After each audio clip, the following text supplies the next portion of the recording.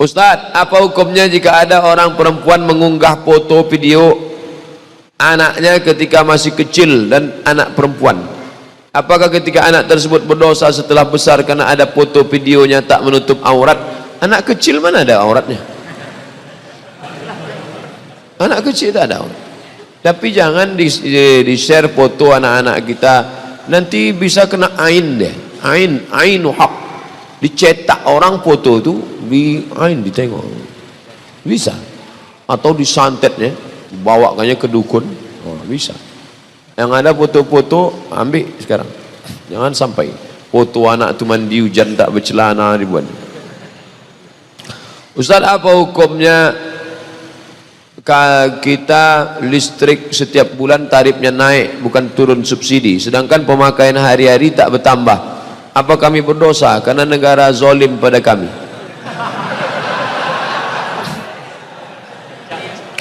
Jadi fatwa tentang mencuri listrik haram itu yang mensosialisasikannya ke MDI saya. Kebetulan saya pagi Jumat mengisi materi di MDI. Pagi Jumat, khotib Jumat, sebelum khotib saya kasih pembekalan di kantor MDI. Kebetulan datang pula orang PLN situ. Sosialisasi listrik haram. Langsunglah saya diminta menyampaikan materi hukum listrik haram. Jadi saya bukalah fatwa ulama Saudi Arabia. Di Saudi Arabia berkembang opini, ada orang mengatakan boleh mencuri listrik kalau negara itu menganiaya kita. Maka dijawab oleh ulama, negara menganiaya tidak menyebabkan kita halal mencuri listrik, karena listrik itu bukan punya negara. Ini yang perlu diluruskan.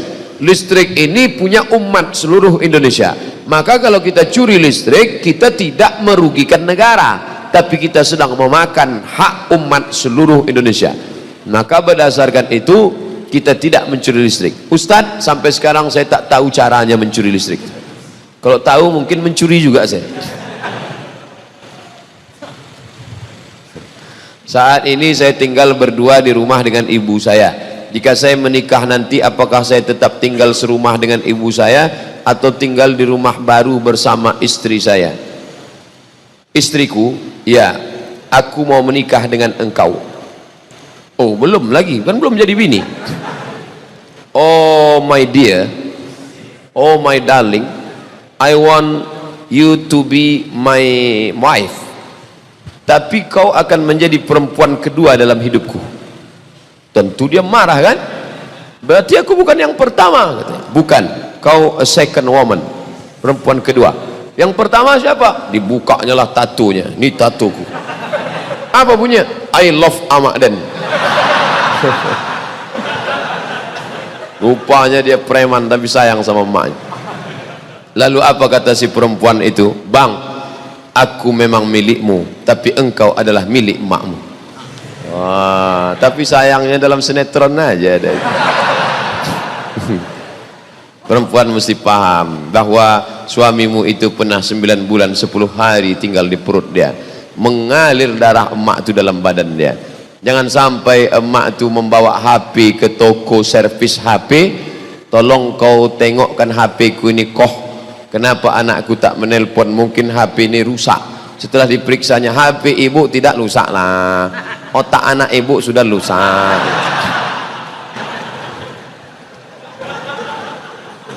Jangan sampai datang mak tuh ke rumah kita mau meminjam duit 100.000 untuk buka puasa, tak berbuah sawitku, nak pinjam duit kau 100.000, aku nak buka puasa. Kejap ya mak, ku tanya biniku dulu.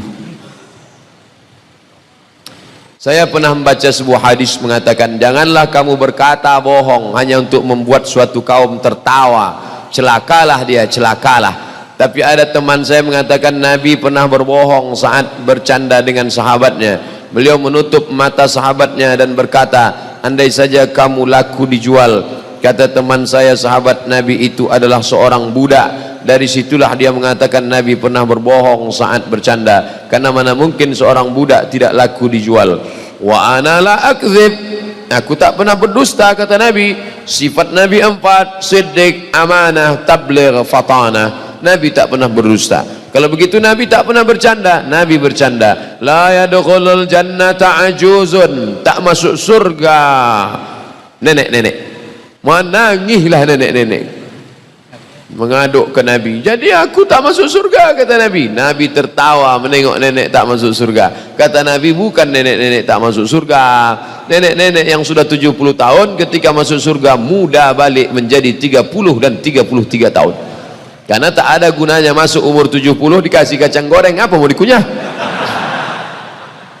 Jadi dan tua-tua kau muda balik. Andai bapak umur 70 tahun masuk ke dalam surga menengok bidadari, apa yang mau dilakukan? Maka muda balik. Itu maksud hadis. Nabi tak pernah berbohong. Nabi Ibrahim bohong Pak Ustaz. Waktu dia mau menyeberangi Irak, dia bawa istrinya, kemudian di situ ada raja yang zalim. Kalau nampak istri orang cantik diambilnya. Lalu ketika petugas bertanya, siapa ini? Ibrahim berkata, hazihi ukhti, ini saudariku. Setelah keluar, Sarah keluar dari tempat itu bertanya, Ibrahim, ya, tadi kenapa kau sebut aku saudarimu? Aku kan binimu. Aku tak berdusta, kata Ibrahim. Ukhti fil iman, kau saudariku dalam iman. Bukan berdosa. Nanti bapak berjalan sama ibu, naik pesawat, datang pramugari nanya, ini istrinya ya pak? Enggak, saudari saya. Begitu turun, ibu itu pun mengamuk. Kenapa bang bilang aku saudari? Saudariku seiman mah.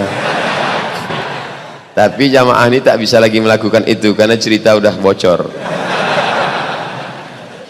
Permasalahan khitbah, sebatas mana seorang laki-laki boleh melihat wanita yang ingin dikhitbahnya?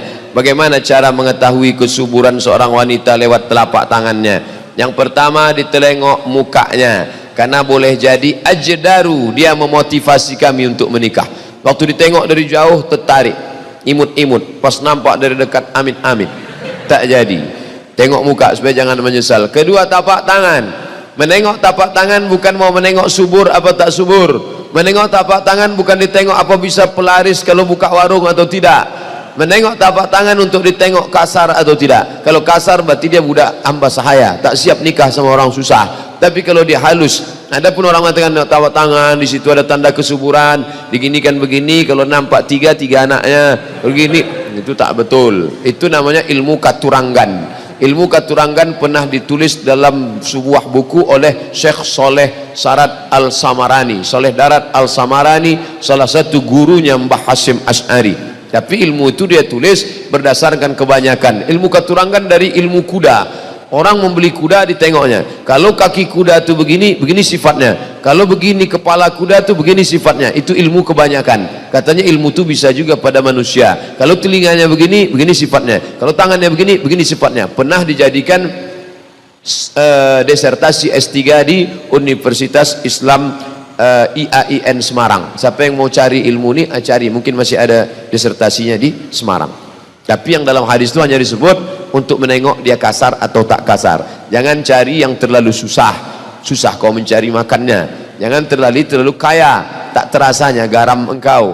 Jangan cari terlalu cantik, nanti kau dituduh orang punya pelet. Jangan cari terlalu susah, nanti malu kau bawa dia undangan. Apakah tawasul itu boleh dalam Islam? Sudah saya tulis dalam buku 37 masalah populer dalam pembahasan tawasul. Tawasul paling tinggi tawasul dengan amal soleh. Ya Allah, berkat aku sudah bersedekah, bukakanlah pintu gua nih, terbuka. Itu boleh dalil bertawasul. Makanya tadi kita bertawasul dengan Al-Fatihah. Nanti sebelum baca doa kita bertawasul ala hazihin niyah Al-Fatihah, bertawasul dengan Fatihah. Bertawasul yang kedua, tawasul dengan Nabi Muhammad. Allahumma inni as'aluka bijahi Nabi Muhammad. Tawasul yang ketiga dengan orang soleh.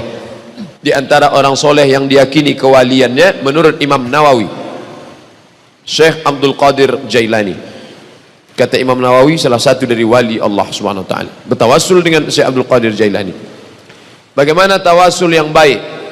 Allahumma inni atawassalu ilaika, aku bertawassul kepada engkau bi barakati, barakat kaza wa kaza, ini dan ini. Bukan minta kepada Syekh Abdul Qadir. Jangan minta kepada Abdul Qadir Jailani. Tak ada orang minta, hai Syekh Abdul Qadir Jailani tolonglah. Itu minta kepada jin hantu tu. Mintanya kepada Allah. Tapi bi barakati, berkat orang yang mulia ini. ربنا يا